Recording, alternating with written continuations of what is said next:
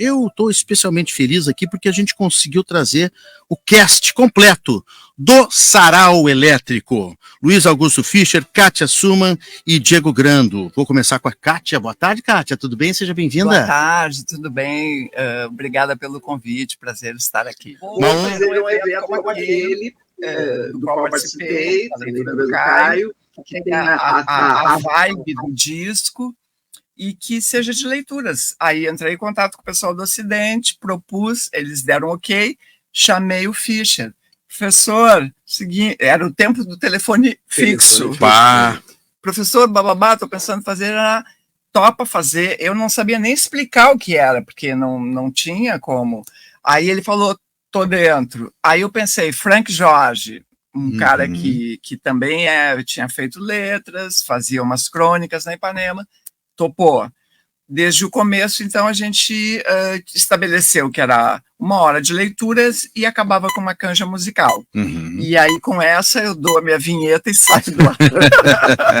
Isso foi no ano de? 99, julho de 99. 25 anos do Sarau, né? Que é o mais antigo evento literário aqui em Porto Alegre. Do mundo. Do mundo?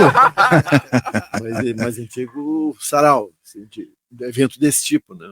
De literatura ao vivo, enfim, de exaltar a literatura e tal. Não, com essa regularidade, ele é o único no Brasil. Pois é. Em quantidade de edições. Essa frequência, né? A gente fez um levantamento, tem lá no Rio, tem o CEP 20.000, do Chacal, que começou no início dos anos 90, mas acho que ele foi meio descontinuado agora. Mas, de todo modo, é um evento de leituras mensal.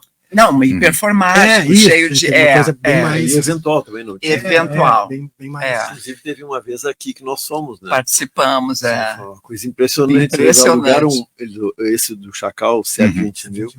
Eles tinham um patrocínio do cigarro Free, o tempo que ainda o cigarro patrocinava. Podia aparecer tudo, aquela coisa. Acho que era do Free, não? Free Zone. Free Zone, exatamente. E aí foi num galpão aqui do Cais do Porto. E foi um negócio assim, maluco. Tu tava lá, não? Não.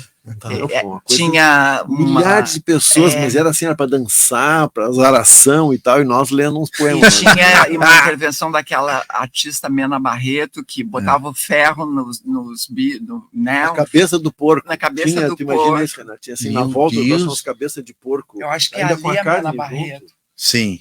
Pendurada assim na parede, no alto das paredes. Uma instalação. Mas já decepadas, já só a cabeça. Só a cabeça. Não é os porcos ao vivo. Cada cabeça tinha um ferro de passar roupa. Meu Deus. Grudado na testa do então ia derretendo, ligado o ferro. Isso era uma instalação, assim.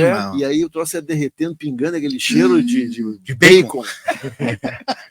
Nós lá lembra que precisa entender isso. Que loucura. O Sarau Elétrico recebendo o CEP 20.000, uma edição do CEP 20.000. Não, era um outro evento chamado Free Zone. E aí colocaram o CEP. Que tinha a organização do Chacal. E ele fez no formato do CEP 20.000 e nos chamou para ler. A gente tinha um canto lá com os banquinhos, né? Que era longe dos portos. Tá, e aí vocês começaram então, Kátia, Fischer e o Frank. É isso? Foi o primeiro trio, né? E vocês não pararam nunca, falharam, obviamente devem ter parado na pandemia, vocês se tornaram online. Online. Não paramos. A gente não paramos. Sim, não pararam. Mas sempre uma vez por semana ou teve algum momento em que teve que parar? Não, só falhar? Para quando... Férias, não? Não, quando o Ocidente fecha. Quando o Ocidente fecha. Mas a gente já sobreviveu a 2 saídas do professor. O professor ficou 1 ano na França, depois ficou 6 meses nos Estados Unidos. Agora, né? Pouco. Pirou, de ficar agora andando pelo mundo. E o Diego ficou 2 anos na Itália. Pois é, o Diego tá voltando. E eu só no tanque de lavar roupa. E trazendo convidados. Trazendo convidados, bem louca. Tu também falhou quando teve filha. É um motivo menor. Teve uma filha no meio desse caminho. E em aí, 2001. Que loucura. Durante uns 3, 4 saraus, tu não tava. Assim. Um mês. Foi constrangedor pra mim. Já quis voltar. Pra liderar o grupo lá. pura emoção, né? Mas um mês ela já voltou. Já voltou. Criança mal mamava pra já. Ter uma ideia, para quem não sabe, o Ocidente, para os nossos ouvintes, o Ocidente é um bar aqui de Porto Alegre, no Bonfim, na esquina da João Teles com a Oswaldo Aranha, um bar tradicional, enfim, um bar underground da cidade e tal, né? E é um bar assim muito propício para, enfim, para experimentações, que um pouco o sarau tem esse aspecto, né? Mas não era isso que eu ia falar, já me esqueci que eu ia falar agora. Era outra coisa. Eu estava perguntando, então, vocês nós estamos ficando velho no processo. Nós não pararam nunca, na pandemia ficaram online, agora na enchente em maio, como é que foi? Eu me lembrei que eu ia contar. Ficaram online também? Na enchente? Na enchente, a gente parou, né?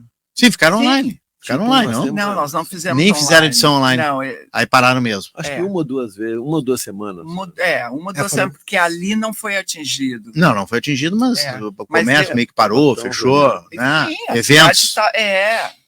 Não tinha nem clima, né? Mas eu me lembro de conversar isso com o Fiapo, né? Que é o dono. Fiapo ele falou, Fiapo Bate, ele falou, não, o sarau, as festas pararam, porque não tinha clima, mas o sarau não parou, porque as pessoas queriam se reunir e queriam se sentir a gente estava nessa necessidade desse pertencimento, né? Assim, a uma coletividade de gente sofrendo um troço horroroso. O Fischer lembrou o que ia falar? Que eu ia dizer que é tão velho o sarau que naquela época a gente fumava no bar. Dizendo isso assim, talvez os mais jovens não acreditem, mas era isso, a gente fumava no bar, fumava no restaurante. Fumava em hospital, fumava em qualquer lugar, no avião. No avião. Fumante ou não fumante? A gente ficava numa fila que não fumante e a de trás era fumante, não tinha menor sentido. E o Diego Grando, ele voltou, tá voltando agora? Eu voltei faz 3 saraus. 3 edições do sarau. E esteve antes quanto tempo? Bastante tempo já. Bastante tempo. Eu sempre, na história do sarau, eu sou meio que a Carla Pérez, assim, né? Eu fiquei dançando ali um tempo e aí eu acabei entrando na banda. Dançando na frente. Tentando aprender a coreografia. Isso. Não, eu fui e com muita alegria, sempre fui frequentador do sarau. O sarau começou, eu estava fazendo 18 anos, então assim, foi um momento que eu estava descobrindo literatura um pouco mais, com uma versão menos escolar da coisa. Mas eu comecei a entrar lá por 2012, até acho que depois a gente vai falar um pouco do material. Isso, comecei a participar, já tinha participado 1 ou 2 vezes por ocasião de lançamento de livros meus, e aí aconteceu de a Kátia de vez em quando precisar de uma mão ali. A Cláudia estava num processo a Cláudia Tades, né? Que foi quem entrou no lugar do Frank. Sim. Quando o Frank saiu, que acho que foi 2006. Ele ficou 7 anos. 2006. E aí eu acabei tendo uma espécie de reserva quase fixo da Cláudia, e aí nesse processo a Cláudia, tem um momento que ela se mudou para o Rio, e aí eu acabei entrando. Então, brincando, já são, mesmo com essa interrupção do período que eu passei na Itália, já são mais de 10 anos nessa brincadeira. Muito bem. E o que vocês ouvem? A gente já vai falar um pouco da retomada, né, que é o tema sempre da nossa sexta-feira, mas o que vocês ouvem das pessoas? Deve ter aqueles fãs que vão todas as edições, né? E querem comentar com vocês, né? Querem dar algum retorno para vocês, mas tem muita gente que acaba conhecendo. Ele já virou assim uma atração, por exemplo, turística, que se leva gente de fora quando vem a Porto Alegre. O sarau virou isso também. Sim, não adianta só balançar a cabeça, tem que falar. Muitas pessoas nos dão esse retorno de como ele é um evento único. Então, assim, não há nas outras cidades, quer dizer, né, pelo nosso levantamento não há. Então, o pessoal tem um orgulho, porque é um evento que agrega um público muito interessante, que a gente interessado em literatura, em refletir, em conhecer autores, é um pessoal ligado, curioso, que quer saber mais, não necessariamente intelectuais, não é um evento para intelectuais, é um evento para qualquer pessoa que queira ouvir boas histórias. Ele é muito leve e acessível, a gente se diverte muito. Isso é uma coisa bacana também. Sarau, né? Porque ele tirou essa erudição, essa coisa fechada, né, hermética, que a literatura às vezes impõe e ameaça as pessoas, né? Assusta as pessoas. Assusta. Né? Porque eu não sei ler bota uma mesóclise ali, eu não conheço a literatura, os poemas, eu não sei o que, as pessoas até tem, de vez em quando ainda aparece algumas pessoas, são raras, mas aparece pessoas dizendo, eu achei que eu nem não era para mim, que eu não podia vir aqui porque ia ser uma coisa muito cabeça e tal. Né? Você chega lá e se diverte. E não, enfim, são leituras. Porque vocês fazem de uma maneira descontraída também. O que a gente faz é assim, para quem nunca viu, a gente faz todas as terças-feiras de noite. Hoje em dia a gente faz das 8 às 9 da noite. Começamos, no começo, o sarau começava às 9h30 da noite. Quando a gente era jovem. 5 anos atrás. Não, era espírito roqueiro ainda, de marcar para as 9 e começar às 9h30. Né? Mas enfim, a gente, todas as terças-feiras, no Ar Ocidente, das 8 às 9, a gente se reúne, nós três, e quase sempre tem mais um convidado também, e sempre tem um tema que orienta as nossas escolhas. Então, cada um de nós escolhe textos em casa, leva lá os textos e lê. Então, não tem nada de muito misterioso. Tipo assim, na terça que vem nós vamos falar sobre o Kafka, o Franz Kafka, porque agora são 100 anos da morte dele. Então, tem algumas comemorações e tal. Então, simplesmente cada um de nós vai para casa, vai recolher coisas do Kafka ou sobre o Kafka e levar para lá. Vocês fazem reunião de pauta, assim? Não, bem espontâneo. Mas vocês combinam o assunto sempre. Combinam o assunto da semana seguinte. Ou chegam a projetar várias semanas? Não? É como um programa de rádio, é tudo meio em cima da hora. Então nós vamos fazer semana que vem Kafka, na outra semana eu marquei que vai ser letra de canção, porque o Marcelo Gross, guitarrista da Cachorro Grande, lançou um livro com as suas letras. Então a gente vai ler. Claro, letra de rock é uma coisa, né? E o professor vai vir com letra toda toda trabalhada na erudição. Mas letra de canção é uma coisa que faz parte, porque o professor instituiu uma cadeira de letra de canção lá na universidade, na URGS, onde ele é professor. 32 anos. 32 anos de URGS, professor? Não, 32 anos que eu inventei a cadeira. 32 anos da cadeira já. Não, eu dou aula 40 de URGS mais? 40 anos. Desde 84. Que maravilha. Que maravilha. E toda literatura, todo livro, todo texto se presta a ser lido em voz alta, ou tem algum texto que daqui a pouco vocês chegarem à conclusão, isso aqui não tem como, por algum motivo? Ou porque é muito complexo, ou porque não dá para interpretar, sei lá. Eu acho que a gente, com o tempo, pegou uma manha. Qualquer livro pode ser lido. O professor é mestre em dar uma contextualizada, situa o ouvinte e lê um trechinho, um diálogo, uma ceninha e tal. Mas eu acho que a gente foi pegando a manha do que dá para... O que funciona, né? Tem que ser uma coisa compacta, que dê conta do estilo, da situação, que seja clara, que tenha um ritmo. Tem uma certa atratividade também, né? E não pode ser cumprida, né? Porque só ouvir, assim, a atenção humana não consegue sustentar. Ainda mais na geração atual, né? Nos tempos de hoje. Está num lugar assim, que as pessoas estão tomando cerveja, vinho e tal, estão ali para se divertir. Então a leitura é sempre 1 minuto e meio, 2 minutos, 3 no máximo. Depois a gente já passa para outro e assim vai. Tem essa dinâmica de cada um lê um pouquinho. Eu fui a algumas edições do Sarau, mais antigas. Recentemente eu não fui, mas eu quero saber o seguinte: o pessoal fica quieto para ouvir? Absolutamente. Ou tem muito barulho? Absolutamente silencioso. Que bacana isso. E se alguém conversa, leva a crítica. Leva a crítica. Não, às vezes acontece aqueles saraus muito movimentados, às vezes por conta de alguém que vai fazer a canja, um cara tipo o Gessinger, o Vitor Ramil, aí tinha uma... Agora até no pós-pandemia tem uma limitação de público que deixa tudo mais confortável, mas tinha uma época que a gente chegou a fazer saraus que estava muito cheio o acidente. E aí é claro que algum rumor sempre aparece, né?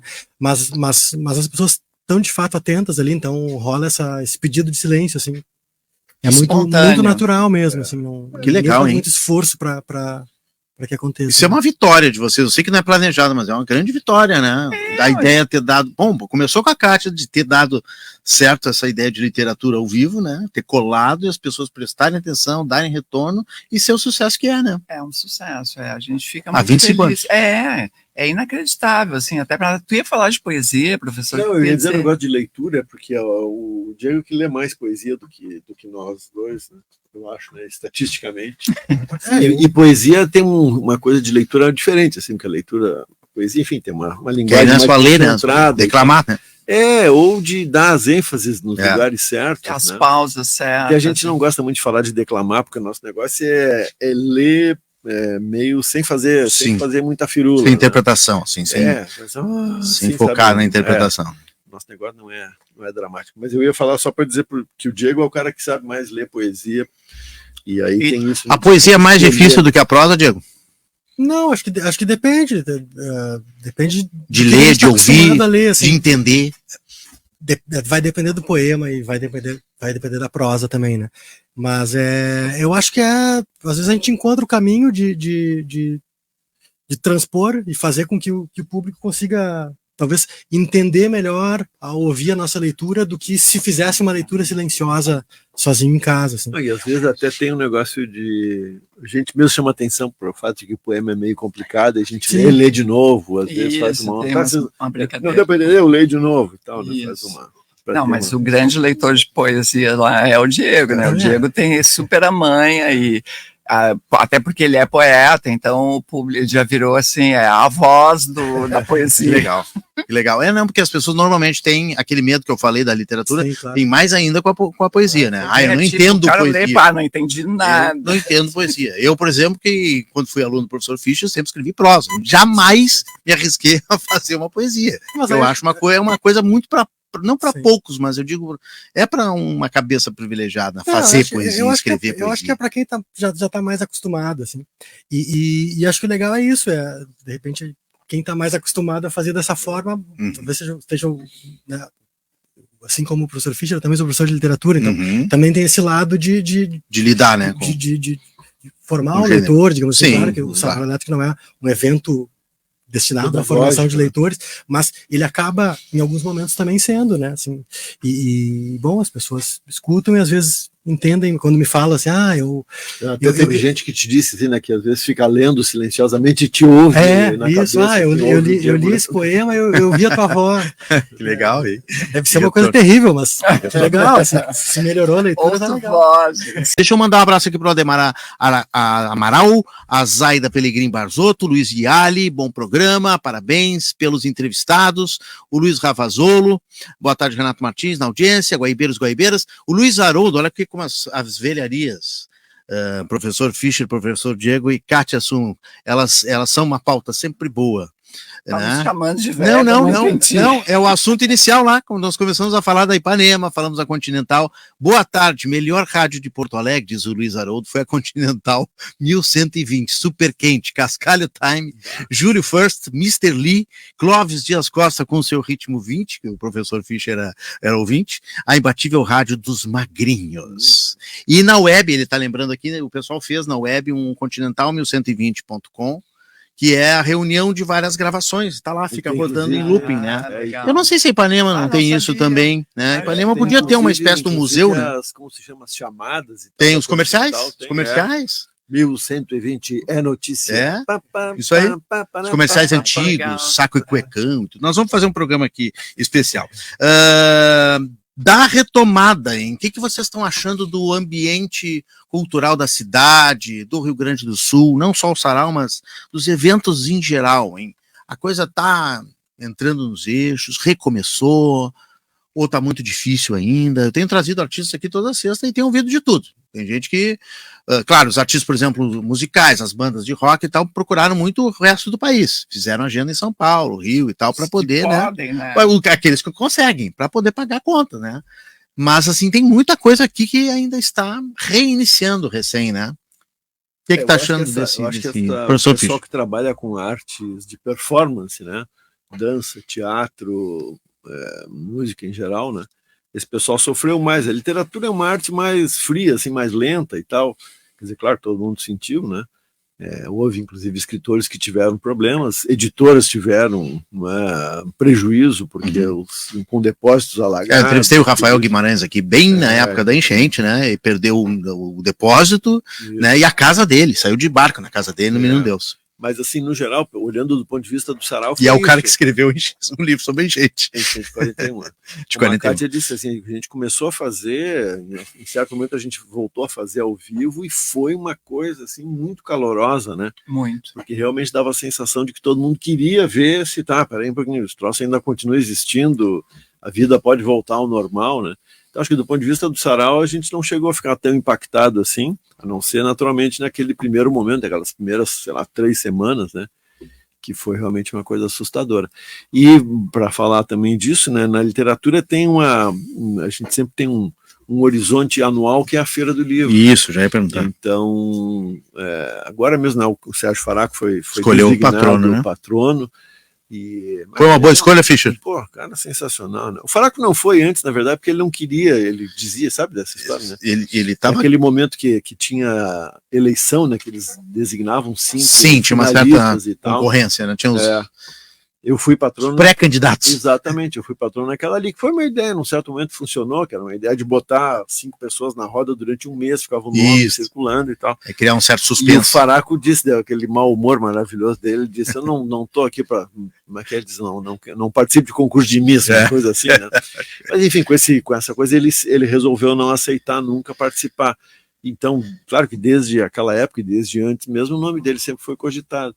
Então agora o fato dele ser designado é uma alegria grande, ele é um grande cara, um grande escritor, mas eu ia dizer, voltando, né, o Faraco mesmo falou isso no discurso dele, quando ele foi nomeado, ele disse, né, eu espero contribuir para a gente voltar ao normal, para que essa feira seja bem sucedida, enfim, tenha, né?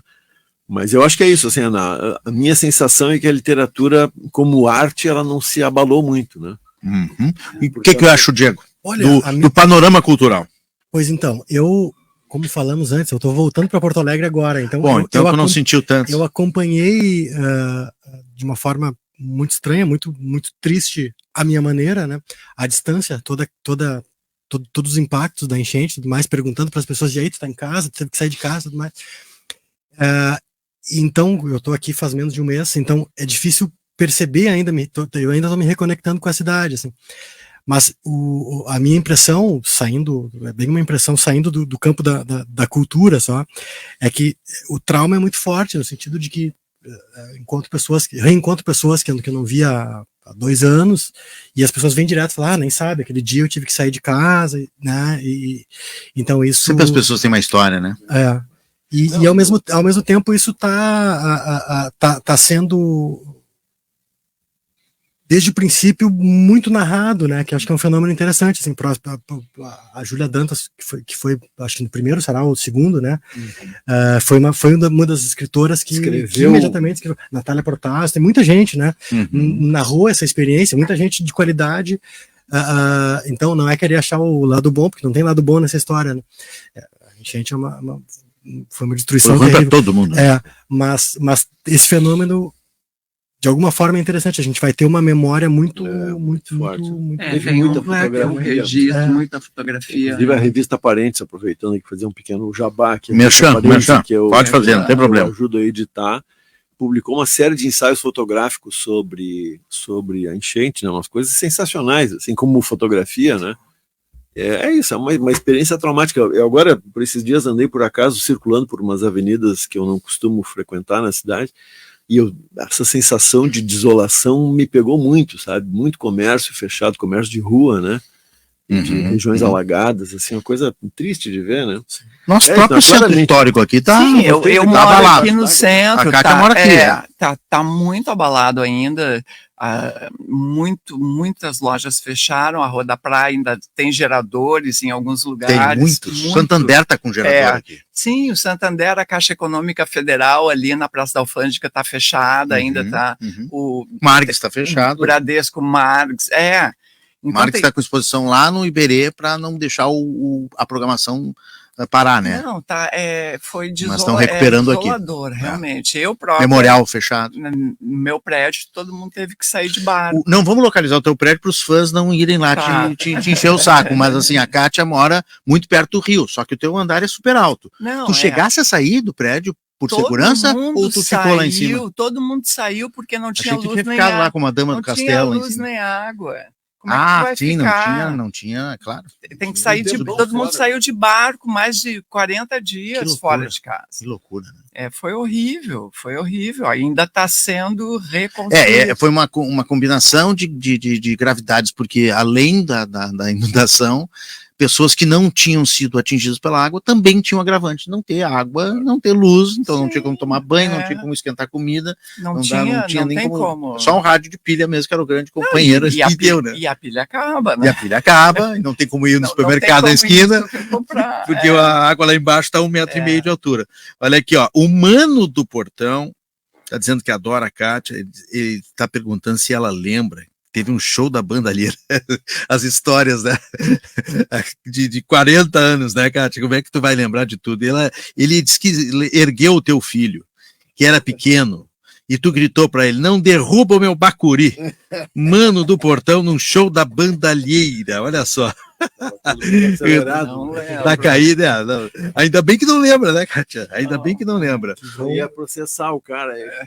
Pauleto tá nos ouvindo, José Lauro Rodrigues, Milton tá em Santa Maria, dizendo ótimo programa. Alexandre de Canoas diz que não perde um sarau quando está em Porto Alegre, porque ele é morador de Canoas. Ele pode ver pelo YouTube quando nós estivermos em Porto Alegre. Tem transmissão ao vivo sempre. Legal, bacana. Bom, tem um canal lá, né? Tem um canal. Terças-feiras às 8 da noite. E esse canal tem quase, não sei se tem quase todas as edições, porque algumas edições não foram gravadas. Foi não foram a partir da pandemia. Da pandemia, 2020. Esse é o legado da pandemia para o Sarau Elétrico. Né? Porque a gente falhou uma semana na pandemia, assim, um sarau marcado para terça-feira seguinte, aí fechou tudo, e aí a gente foi aprendendo a mexer nas ferramentas ali, gravar pelo Zoom, aquela coisa toda. E quando a gente voltou no início de 2022, basicamente, para o Ocidente. De máscara, a gente fez sarau de máscara. A gente fez olha aí, antes, que bonito. acho que foi no final de 2021, meio assim, experimental, assim, pra ver como é que era. Todo mundo assustado com tudo, né? Assim, todo mundo apavorado. Dele álcool gel.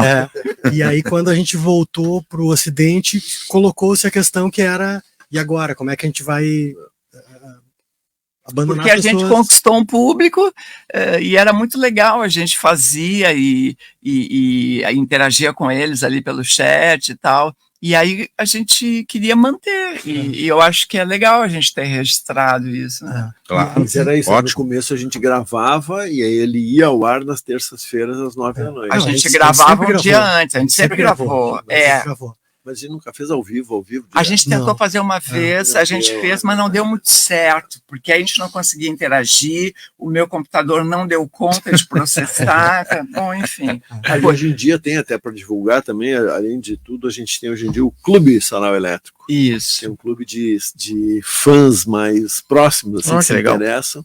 Aí se inscrevem. Se inscreve no YouTube mesmo e recebe semanalmente um vídeo que é feito especialmente para esse grupo, comentando as leituras que foram feitas no Sarau da semana, porque isso também é muito comum acontecer. As pessoas vêm nos perguntar, de que livro é aquele texto que tu leu? Quero seguir lendo e tal. Né? E se interessam, e então ali a gente dá a referência dos livros lidos. Mas já que eu vou aproveitar que deixa eu só dizer que a Sarau Elétrico é o canal do YouTube, né? Sarau Elétrico. Então é só botar lá que o pessoal vai achar. Sarau Elétrico Oficial é o Instagram. @Sarau Elétrico oficial. E os Instagrams de vocês estão nas minhas redes sociais, marquei vocês, o pessoal pode ir lá, Renato Martins Jornalista, vocês vão estar lá também, a gente sempre tira uma foto aqui depois do programa e a gente coloca também os arrobas de novo, mas estão lá nas redes sociais, tá? O que a Kátia queria falar? Eu queria falar, já que tem aí um pessoal meio saudosista ouvindo, eu vou fazer o meu jabá também, posso fazer meu merchan. Por favor. Eu estou fazendo uma festa mensal no Ocidente, que é uma festa 50 a mais, entendeu? É uma festa que começa às 7 da noite e acaba às 11. Então, assim... Tipo reunião dançante. Tipo reunião dançante. Dá tempo de tomar o leitinho morno em casa na volta. Dá tempo de tomar um leitinho.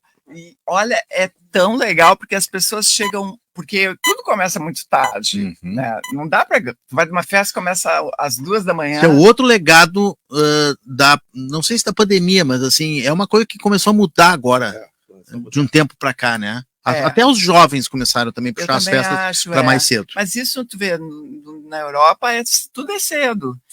Meia-noite não tem, acabou a palhaçada, né? Então não tem que trabalhar no outro dia. Agora, aqui é muito interessante, porque assim, começa às 7h. Às 6h30 tem fila, porque o pessoal quer pegar cadeira, quer pegar mesa perto da pista. Às 8h30 da noite...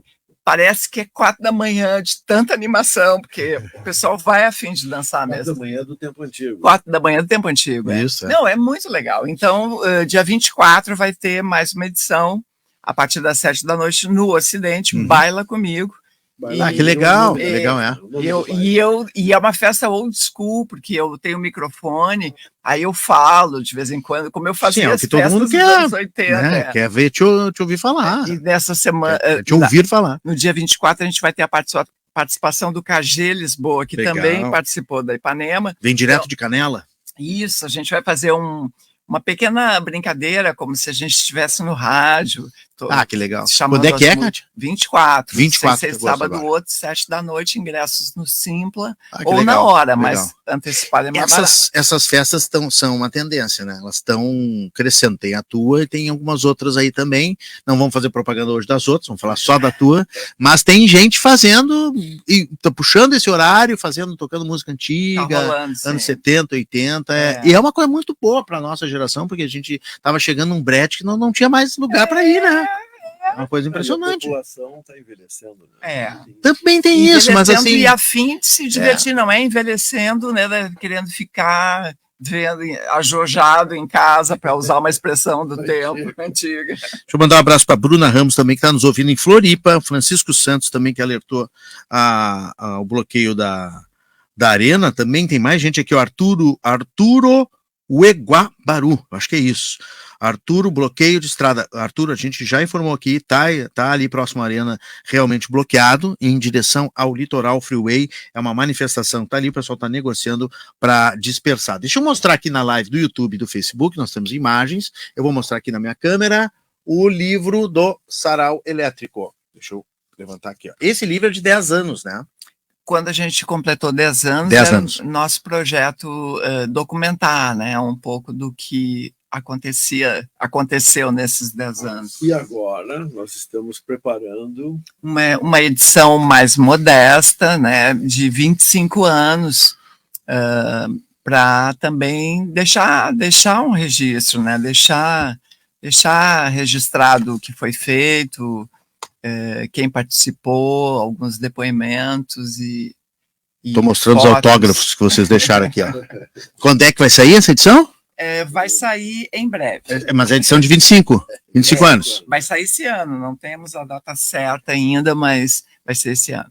Muito bom. E além do Diego, vocês citaram o Frank, vocês falaram da Cláudia Targes, o Moreno também, Cláudio Moreno participou uma época, 15 né? 15 anos. 15? Então foi uma boa época, né? Ficou um tempão fazendo a coluna grega. Uhum. Também habituê do Sarau é o Sérgio Gonzaga, que durante quando o Prof. Fischer estava fora, ele participou muitas vezes.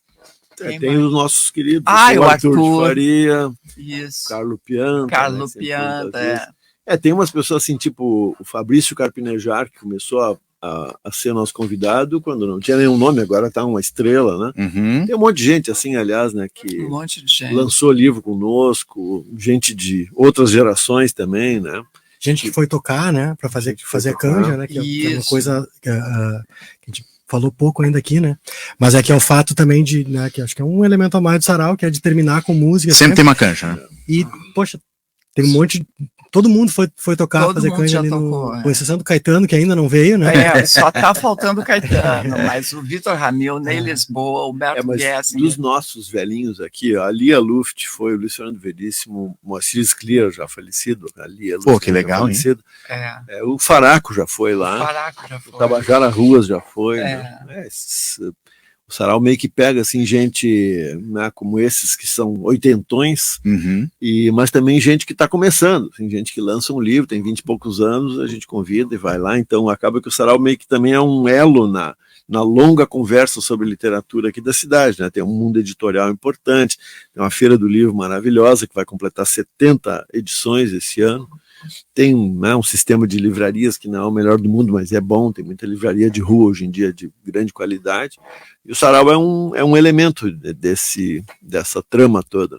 E o mercado de livros está aquecido, porque a gente ouve sempre falar no livro digital, na crise do papel, a tinta que é cara, enfim, mas as pessoas também costumam dizer, eu não consigo ler o livro digital, tem muita gente que diz isso, né? Eu tenho que ter um livro de papel e tal, mas o brasileiro é também uma das pessoas que mais, né, um dos leitores menos assíduos do mundo, né? O nosso nível aqui acho que é menos que 1, né? Ou é 1, alguma coisa, assim, livro por ano. Tirando os didáticos. Aqueles que a gente lê não compulsoriamente, né? Lê por conta própria, né? É muito baixo, né? O índice de leitura do brasileiro. Não tinha nem escola para todo mundo, né? Agora é que começou a ter, nos últimos anos começou a ter. Então isso também é uma... Mas o que vocês acham do mercado?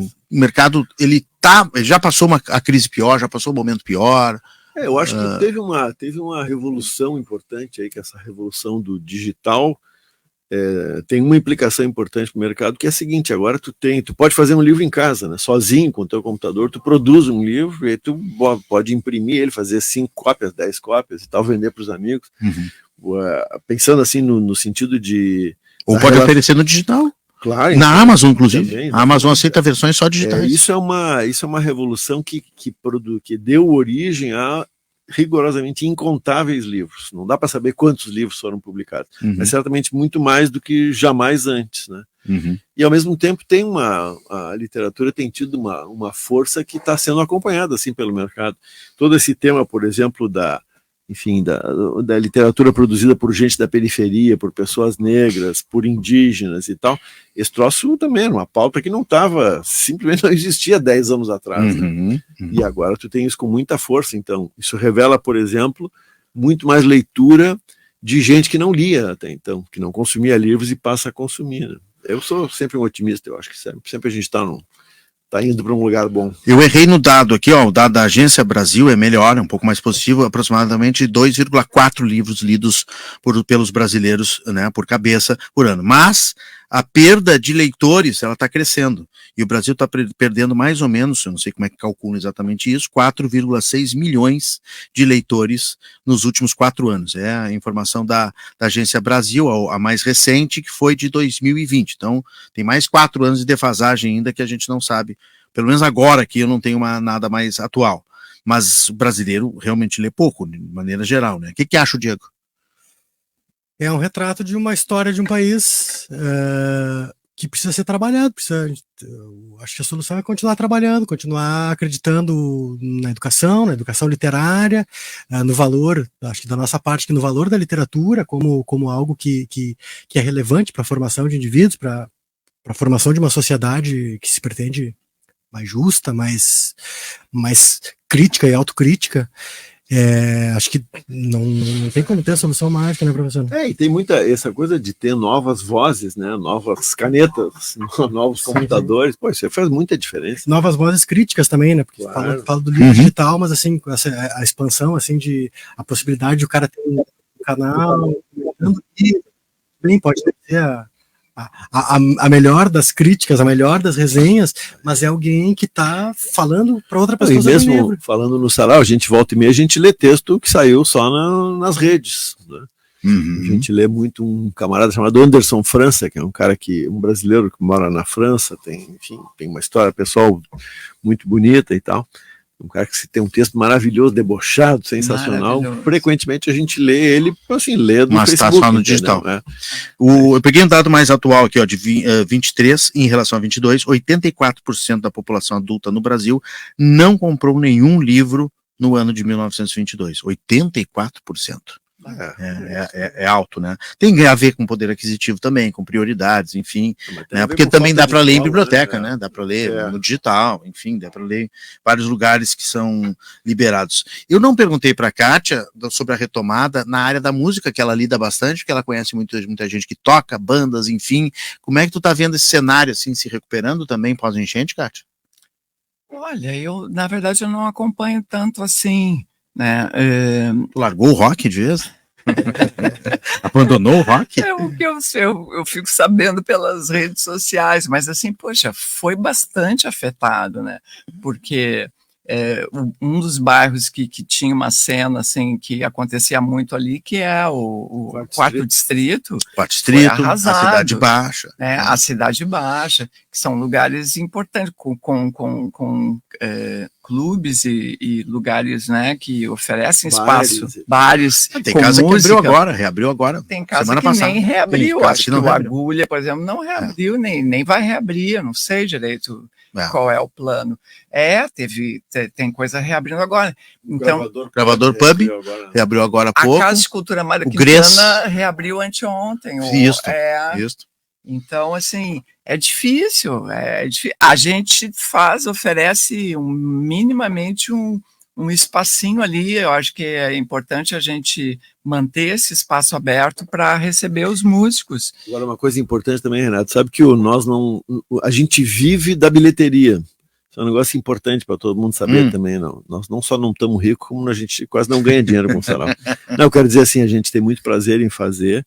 Mas é isso, assim, a gente paga cachê sempre para os músicos, por exemplo, mas é sempre a bilheteria, entendeu? Então a gente depende muito do público, da presença, da força do público, enfim, com essa conexão que a gente criou, né? Que a gente criou. É um evento totalmente independente e ele é sustentado pelo público, né? Claro, a gente tem despesas, técnicos e tal, tem a transmissão, tem os músicos, mas sem o público não faria sentido, não, né? Isso é que é muito gratificante de essa conexão que a gente criou. É muito legal a gente manter e saber, nos dá alegria chegar toda terça no sarau e ter público para nos ouvir ler. Que legal, né? Que bacana. Olha aqui, o Lucas Reis Gonçalves tá mandando um beijo pro Fischer e pro Grando, ex-aluno dos dois. O Lucas, tu tá me devendo um negócio, tu sabe, né? Também deve estar me devendo alguma coisa. Ele tá dizendo que acompanha o sarau pelo YouTube, escondidinho, mas acompanha. Mandando parabéns aqui pelo aniversário, acho que o aniversário do sarau, a menos que um de vocês esteja de aniversário. E tem o caso do TikToker que fez bombar Machado de Assis. Que história é essa? Dá pra contar rapidinho? Sim, uma moça americana, norte-americana, que bombou porque ela foi ler, ela tinha um programa de ler livro de cada país em ordem alfabética. Não pensei que era um caso de vocês específico. Não, quando ela chegou no B, ela leu Dom Casmurro, foi, né? Ela pirou a cabeção completamente. Né? Não, me lembro da figura, inclusive, na TikToker aí. Ela foi Diz que é o melhor livro do mundo. Não, Memória. Dom Casmurro, depois disseram para ela que tinha Clarice Lispector ainda no Brasil, e ela disse, mas o que vocês tomam nesse país aí? O Leonel Lima está dizendo que a Ipanema é uma das, eu não entendi bem a classificação dele, uma das 30 melhores rádios do mundo.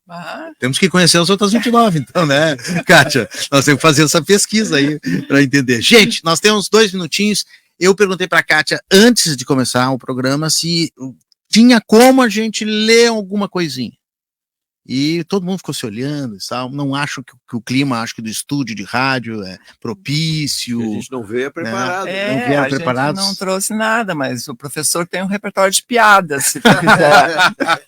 Tem alguma piada literária, Fischer? Tem que ser a meia luz, não pode ser aqui. Tem uma luz branca, assim, não dá. Então vai ter que ficar pro sarau. Vai ter que ficar pro sarau. Apareçam lá. O próximo, terça-feira, às 8 da noite. Kafka e outros autores.